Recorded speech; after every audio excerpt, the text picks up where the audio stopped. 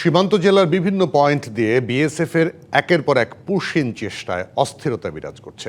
নতুন করে ৮ জায়গায় ঠেলে পাঠানোর চেষ্টা রুখে দেওয়ার কথা জানিয়েছে বিজিবি। এ নিয়ে গত এক সপ্তাহে ৩০টি পুশিন চেষ্টা রুখে দিয়েছে বাংলাদেশ বর্ডার গার্ড। পুশিন বাংলাদেশকে চাপে ফেলতে নয়, বরং এটা ভারতের অভ্যন্তরীণ রাজনীতির বহিঃপ্রকাশ, এমন মন্তব্য করেছেন প্রধানমন্ত্রীর তথ্য ও সম্প্রচার বিষয়ক উপদেষ্টা ডক্টর জাহেদুর রহমান। আন্তর্জাতিক আইন লঙ্ঘন করে বাংলাদেশে মানুষ ঠেলে পাঠানোর চেষ্টা হচ্ছে বিভিন্ন সীমান্তে। পশ্চিমবঙ্গে বিজেপি সরকার ক্ষমতায় আসার পর পুশ ইনের তৎপরতা বাড়িয়েছে বিএসএফ। যে কোনো ধরনের অনুপ্রবেশ ঠেকাতে এবং সীমান্ত সুরক্ষায় ২৬ জেলার বিভিন্ন পয়েন্টে নজরদারি জোরদার ও গোয়েন্দা তৎপরতা বাড়িয়েছে বিজিবি। এসব জেলার সীমান্তে বিজিবির পাশাপাশি সতর্ক পাহারায় সাধারণ মানুষ রয়েছেন। আনসার ভিডিপির সদস্যরাও। যৌথ তৎপরতায় রুখে দেয়া হচ্ছে বিএসএফের একের পর এক পুশ ইন চেষ্টা। ৩-৪ দিন থেকে আমাদের এখানে সাধারণ মানুষের সাথে আমাদের বিজিবি ভাইরা একসাথেই কাজ করছে। আমরা চাই এখানে আরও অনেক বিজিবি মোতায়েন করা হোক, কারণ এত কম সংখ্যক বিজিবি দিয়ে এখানে বর্ডার রক্ষা করা সম্ভব নয়। আতঙ্কের ভিতরে আছি, কখন কি করে না করে, কেন বর্ডার সাইড এটা দুই দেশের সরকার এটা বসে আলাপ আলোচনা করতো, তাহলে আমরা ভয়টা পাইতাম না। সোমবার রাতেও জামালপুর ও কুড়িগ্রাম সীমান্তের ৮টি স্থানে পুশ ইনের চেষ্টা ব্যর্থ করে দিয়েছে বিজিবি ও স্থানীয় বাসিন্দারা। ট্রাকে শতাধিক মানুষকে বাংলাদেশে ঠেলে পাঠানোর জন্য সীমান্তে জড়ো করেছিল বিএসএফ। এদিকে মঙ্গলবার সকালে সচিবালয়ে ব্রিফিংয়ে প্রধানমন্ত্রীর তথ্য ও সম্প্রচার উপদেষ্টা বলেন, বাংলাদেশকে চাপে ফেলতে নয়, ভারতের অভ্যন্তরীণ রাজনীতির বহিঃপ্রকাশ পুশ ইন।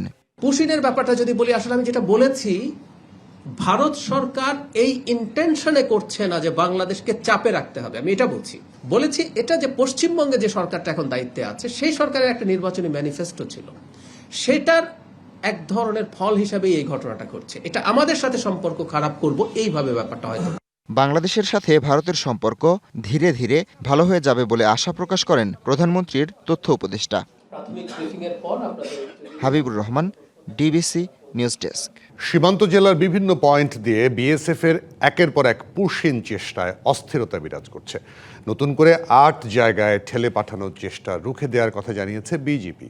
এ নিয়ে গত এক সপ্তাহে ৩০টি পুশিন চেষ্টা রুখে দিয়েছে বাংলাদেশ বর্ডার গার্ড। পুশিন বাংলাদেশকে চাপে ফেলতে নয়, বরং এটা ভারতের অভ্যন্তরীণ রাজনীতির বহিঃপ্রকাশ, এমন মন্তব্য করেছেন প্রধানমন্ত্রীর তথ্য ও সম্প্রচার বিষয়ক উপদেষ্টা ডক্টর জাহেদুর রহমান। আমাদের সঙ্গে এই মুহূর্তে লালমনিরহাট থেকে যুক্ত হয়েছেন সহকর্মী মাজেদ মাসুদ এবং অতিথি হিসেবে যুক্ত হয়েছেন সাবেক রাষ্ট্রদূত মুন্সি ফয়েজ আহমেদ। মুন্সি ফয়েজ আহমেদ এবং মাজেদ মাসুদ দুজনকে স্বাগত জানাই। মাজেদ মাসুদের কাছ থেকে সবশেষ খবরাখবর জেনে নিই। লালমনিরহাটে আছেন, লালমনিরহাট সীমান্তে আছেন, সেখানে বেশ কয়েকদিন ধরে এরকম ঘটনা ঘটছে। আজকে এরকম কিছু ঘটেছে কিনা? কারণ আপনি দুপুর থেকে তথ্য দিচ্ছেন যে গতকাল থেকে যখন বিজিবি এবং বিএসএফ এর বৈঠক শুরু হয়েছে দিল্লিতে, তারপরে এই চাপাচাপিগুলো, ঠেলাঠেলিগুলো একটু কমেছে। এটা কি সাময়িক কিনা, কি মনে হয় আপনার কাছে?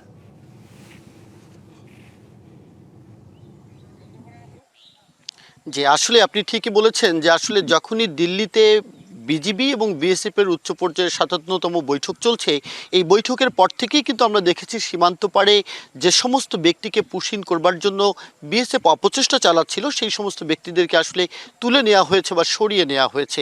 এরপর থেকে সীমান্ত পরিস্থিতি কিছুটা শান্ত হয়েছে, অর্থাৎ উত্তেজনা কমেছে। তবে সাধারণ মানুষের মধ্যে এবং আমরা সীমান্ত পাড়ে যে সমস্ত মানুষ বসবাস করেন, যারা বেশ কিছুদিন ধরে এই সতর্ক অবস্থানে থেকে বিজিবির সাথে কাঁধে কাঁধ রেখে কাজ করছেন, সেই সমস্ত মানুষদের মধ্যে উদ্বেগটা বেড়েছে। তারা আসলে মনে করছেন তাদের এই ৪ দিনের যে দ্বিপক্ষীয় বৈঠক, এই বৈঠক শেষ হওয়ার পর পরিস্থিতি আবারও আগের অবস্থায় ফিরে আসবে। এটি আসলে বৈঠকের কারণেই এই মুহূর্তে হয়তো উত্তেজনাটা খুব একটা দেখা যাচ্ছে না, তবে উদ্বেগ কিন্তু একেবারে কমে যায়নি। আপনি নিশ্চয়ই জানেন যে রংপুর বিভাগের ৮টি জেলার মধ্যে ৬টি জেলার সাথেই ভারত বাংলাদেশের সীমান্ত রয়েছে। এই ৬ জেলার মধ্যে ২১টি পয়েন্ট দিয়ে চলতি মাসে প্রায় ১.৫ শতাধিক ব্যক্তিদেরকে বাংলাদেশের ঠেলে পাঠানোর অপচেষ্টা চালিয়েছে বিএসএফ। তবে আমাদের বিজিবি নানা সীমাবদ্ধতা নিয়েও কিন্তু সাধারণ মানুষের সহায়তায় তাদের একের পর এক এই পুশিনের অপচেষ্টাকে রুখে দিতে সক্ষম হয়েছে। আজকে লালমনিরহাটের সীমান্তগুলোতে কাজ করতে এসে যে বিষয়টি দেখেছি, বিশেষ করে দুর্গাপুর সীমান্তে, সেখানে আমরা দেখেছি এই লালমনিরহাটের প্রায় ৭৮ কিলোমিটার অংশে কাঁটাতারের বেড়া নেই। যে সমস্ত এলাকাগুলো কাঁটাতারের বেড়াবিহীন, এই এলাকাগুলোতে ভারত এবং বাংলাদেশিদের অবাধ যাতায়াত রয়েছে এবং এই জায়গাগুলোতে ভারত বাংলাদেশিরা প্রতিদিনই গরু চারণভূমি হিসাবে, গোচারণভূমি অথবা কৃষি জমিতে কাজ করতে গিয়ে মিলিত হন, তাদের মধ্যে দেখা সাক্ষাৎ হয় এবং কথাবার্তা হয়। তো সেই জায়গাগুলোতে আমরা যে বিষয়টি আমাদের কাছে প্রতীয়মান হয়েছে যে এই জায়গাগুলো একেবারে ঝুঁকিপূর্ণ এবং অরক্ষিত। সেদিক থেকে যারা স্থানীয় মানুষ রয়েছেন তারা যে বিষয়টি বলছেন যে এই জায়গায় বিজিবির আরও কঠোর হওয়া দরকার। নো ম্যাচ ল্যান্ডে যেন উভয় দেশের কোনো নাগরিকে যেন প্রবেশ করতে না পারে। প্রয়োজনে আপাতত নো ম্যান্স ল্যান্ডের বা সীমান্ত লাগোয়া যে কৃষি জমিগুলো আছে সেগুলোর উৎপাদন বন্ধ করে দিতে হবে, না হলে ঝুঁকিপূর্ণ এই অবস্থা বা পুশিনের যে অপচেষ্টা বিএসএফ চালাচ্ছে সেটি কিন্তু তারা সফলভাবেই সমর্থ হবে। আমি কিছুক্ষণ আগে কথা বলেছিলাম আন্তর্জাতিক নিরাপত্তা বিশ্লেষক যিনি রয়েছেন অবসরপ্রাপ্ত ব্রিগেডিয়ার জেনারেল শামীম কামালের সাথে। তিনি যে বিষয়টি বলেছেন যে ভারত আসলে বাংলাদেশকে একরকম চাপের মুখে ফেলার জন্যই এমন একটি আসলে চেষ্টা চালাচ্ছেন। এই বৈঠক 4 দিনের বৈঠক শেষ হলে আবারও কিন্তু সীমান্ত উত্তেজনাটা চরমভাবে দেখা দিতে পারে এবং তিনি যে বিষয়গুলো নিয়ে সুপারিশ করেছেন যে আমাদের সীমান্তে বিজিবির সক্ষমতা বাড়াতে হবে, বিশেষ করে আমাদের অবকাঠামোগত বেশ দুর্বলতা রয়েছে, সেই দুর্বলতা যেমন নিরসন করতে হবে। পাশাপাশি আমাদের যে জনবল, আমি যদি আপনাকে লালমনিরহাটের এই দুর্গাপুর সীমান্তের কথা বলি, এখানে 6 কিলোমিটার পর বিজিবির একটি ক্যাম্প রয়েছে, অপরদিকে বিএসএফ এর একই সাথে মোট 7টি ক্যাম্প রয়েছে। তো একদিকে তাদের জনবল বেশি, তাদের অবকাঠামো ভালো, আমাদের কিন্তু জনবল দুর্বল এবং আমাদের অবকাঠামোগত দুর্বলতা রয়েছে। একদম তাই একদম স্থানীয়রাই মোটামুটি এখানে পরিষ্কার। একটি মাজেদ মাসুদ, আপনাকে অনেক ধন্যবাদ আমাদের সঙ্গে যুক্ত হওয়ার জন্য। আমাদের সঙ্গে সাবেক রাষ্ট্রদূত মুন্সি ফয়েজ আহমদ আছেন। যে কথাটি মাজেদ মাসুদ আমাদের সহকর্মী বলছিলেন, শামীম কামালের সোর্স ধরে, নিরাপত্তা বিশ্লেষক, বাংলাদেশকে চাপে রাখা, কিন্তু আজকে প্রধানমন্ত্রী তথ্য উপদেষ্টা বলেছেন চাপে রাখা নয়, এটি তাদের রাজনৈতিক মানে অভ্যন্তরীণ রাজনীতির একটি প্রভাব হতে পারে। আপনার কাছে কি মনে হয়? এই বিষয়টি নিয়ে আমরা তো বেশ কয়েকদিন ধরে আলাপ আলোচনা করছি, এর মধ্যে এই দুটো দিকই উঠে এসেছে।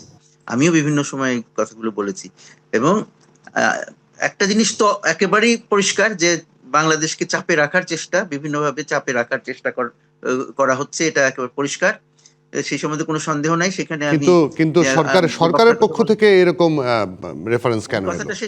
আমি কথাটা শেষ করি। এটা যেমন সত্যি যে চাপে রাখার চেষ্টা করছে, যেমন আমাদের এখন মিটিং হচ্ছে তাদের সাথে, সেই মিটিং এও যাতে এই চাপ কাজ করে সেটারও একটা তাদের উদ্দেশ্য হতে পারে, আরো কিছু উদ্দেশ্য তাদের থাকতে হবে কেন চাপ সৃষ্টি করছে।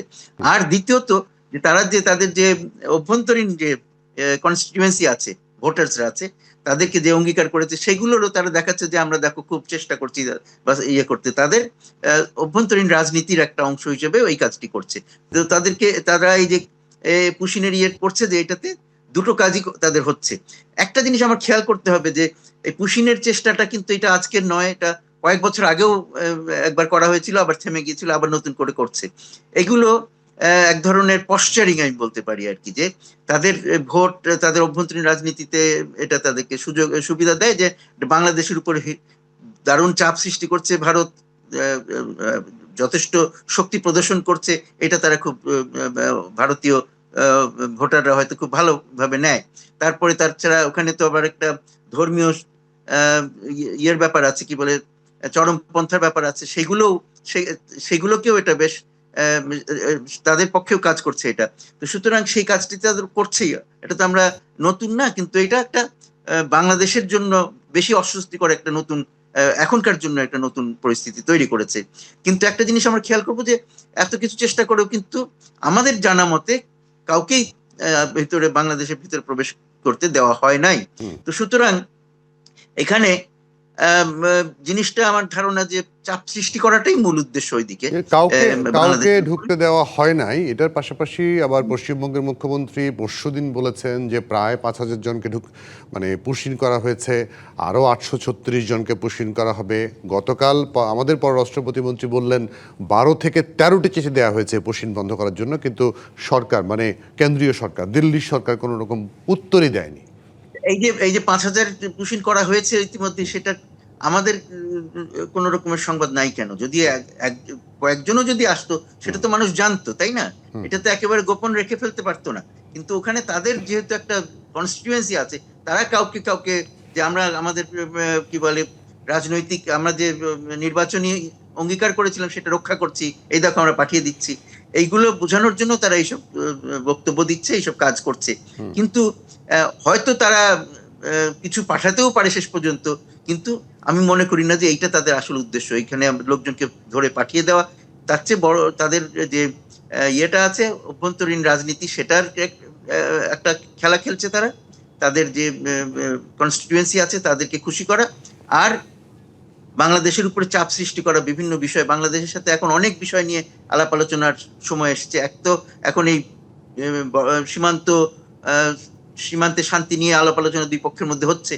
তারপরে আমাদের পানি নিয়ে আলোচনা হবে, গঙ্গার পানি নিয়ে, কারণ ওইটা তো পানি চুক্তিও প্রায় শেষ হয়ে আসছে। তারপরে তিস্তার ব্যাপার নিয়ে অনেকদিন ধরে আমাদের মধ্যে আলাপ আলোচনা স্থবির হয়ে পড়ে আছে, কিন্তু এই জিনিসগুলো তো গুরুত্বপূর্ণ।